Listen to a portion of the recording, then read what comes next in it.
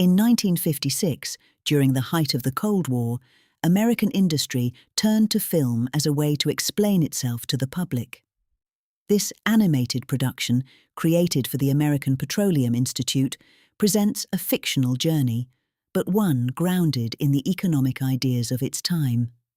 Through humor and storytelling, it offers a perspective on how Americans were encouraged to understand industry, energy, and competition in the mid-20th century.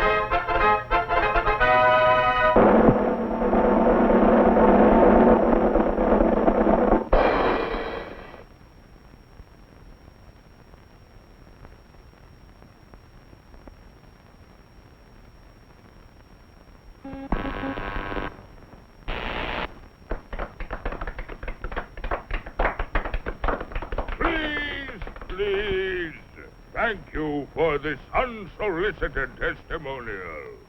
And now, by special permission of the Commander-in-Chief, me, here is Mars' first space explorer, Colonel Cosmic.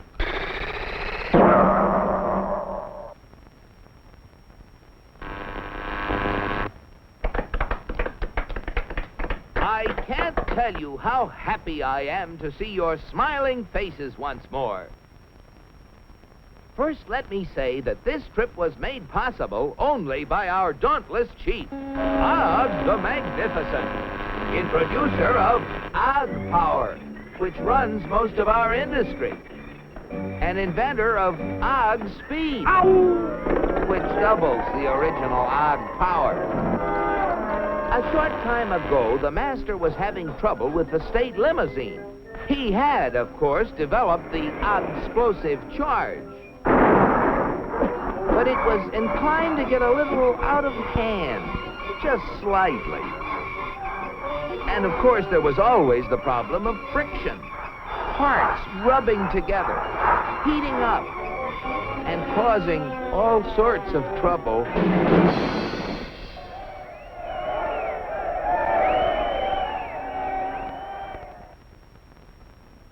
But our leader was undaunted.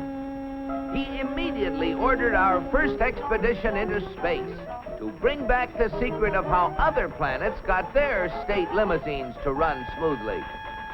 The target was picked with painstaking scientific accuracy.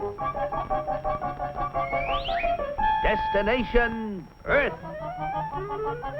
You all know with what eagerness I volunteered for the mission, and with what confidence I took off,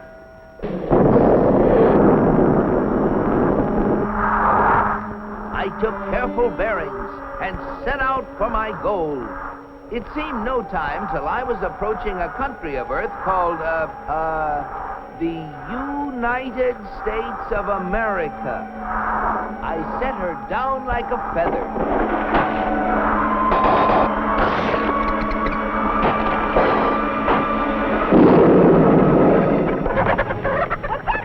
What's all the racket? Naturally, I protected government property by making the saucer invisible. They're after the chickens, Ma. And though the natives showed great interest in me, I decided to make myself invisible too. Seeing moving lights in the distance, I headed for them. What phenomenal luck! I had landed close to what seemed to be an endless procession of state limousines. They moved quickly and yet with fantastic smoothness. I just had to get a closer look at one of those Earthmobiles.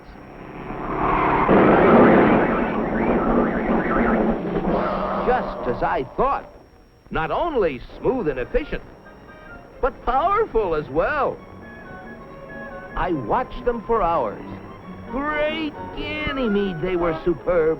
I just couldn't help comparing them with ours. If you call that a comparison.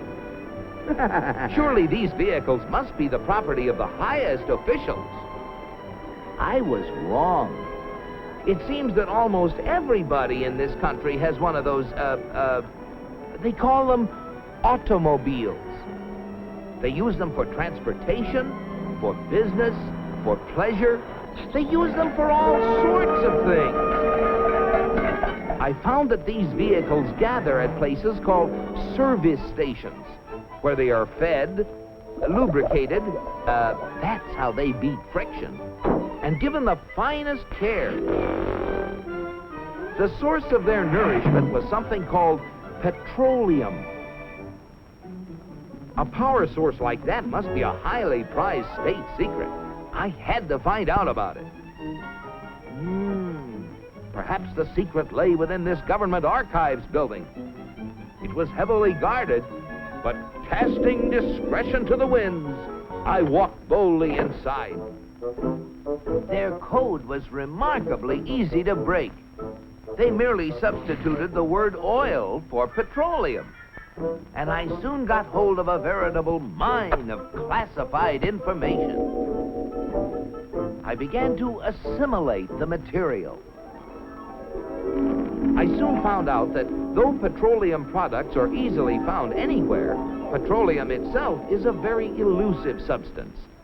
Experts have to search for it constantly in all the most likely and unlikely places with all kinds of scientific devices. When they figure they found a good spot, they drill a hole in the ground called an oil well, for almost all oil lies far beneath the surface of the earth. These wells go down thousands of feet and cost a lot of money to drill. But that's no guarantee that they're going to find oil. Matter of fact, in exploratory drilling, only 1 well in 9 finds any oil at all. Only 1 in 44 recovers enough oil to pay for itself. And only 1 in almost 1,000 makes a major discovery. Pretty big odds. Yet America's proved reserves, the oil supplies still underground, have kept increasing steadily. I couldn't imagine how this ever-increasing supply of oil was achieved until I found out that there's not just 1, but thousands of oil companies, all competing with each other to discover and develop new sources of oil. For believe it or not, in the USA, anyone who is willing to risk it can drill for oil. But oil discovery is only part of the story. Once they get oil out of the ground, it has to be moved through pipelines, on ships, or in tank cars, to fantastic processing plants called refineries. Crude oil goes in, and great Jupiter, the things that come out. Gasoline, for example, the most efficient mobile power source on Earth. That was the stuff that powered all those cars and trucks. And asphalt, which makes smooth, durable roads. It seems that oil not only runs cars, it even gives them something to run on. Another oil product is the diesel fuel, which runs giant trains across the nation. In winter, fuel oil made from petroleum brings warmth and comfort to millions of homes. And still other fuels help defend America's shores and skies. From refineries also come the lubricating oils and greases that keep the wheels turning in America. But that still isn't all. Crude oil, like everything else, is made up of billions of tiny molecules. And using the magic of research, oil companies compete with each other in taking the petroleum molecule apart and rearranging it into, well, you name it, fabrics, toothbrushes, tires, insecticides, cosmetics, weed killers, a whole galaxy of things to make a better life on Earth.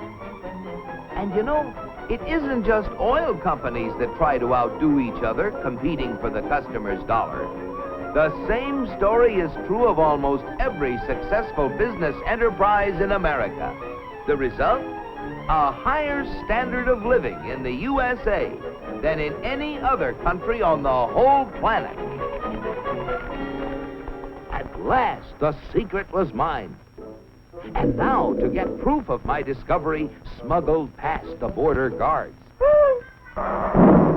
In spite of my infinite precautions, one of them became suspicious and gave the alarm. Come back for the eggs, did you? Yeah, Pa! And so, with the fond farewells of the natives ringing in my ears, I took off once again for Mars. My landing was a little bumpy, but I saved my precious cargo.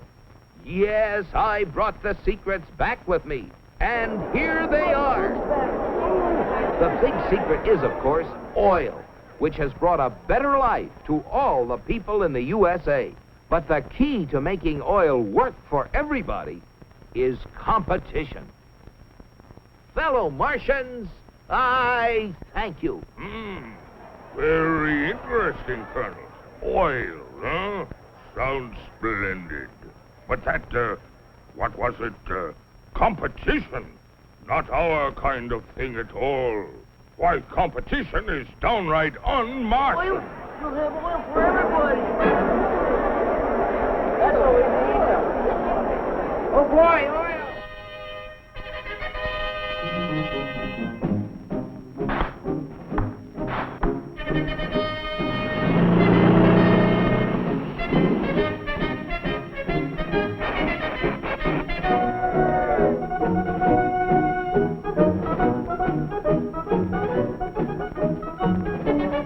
Look at them. You know what this means, Cosmic? You bet I do, Og. It means that you're through. So why don't you get lost? Yes, the real secret is not only a great source of energy, but also the freedom to make it work for everybody. And if you have both of these things, any goal is possible. It's Destination Unlimited.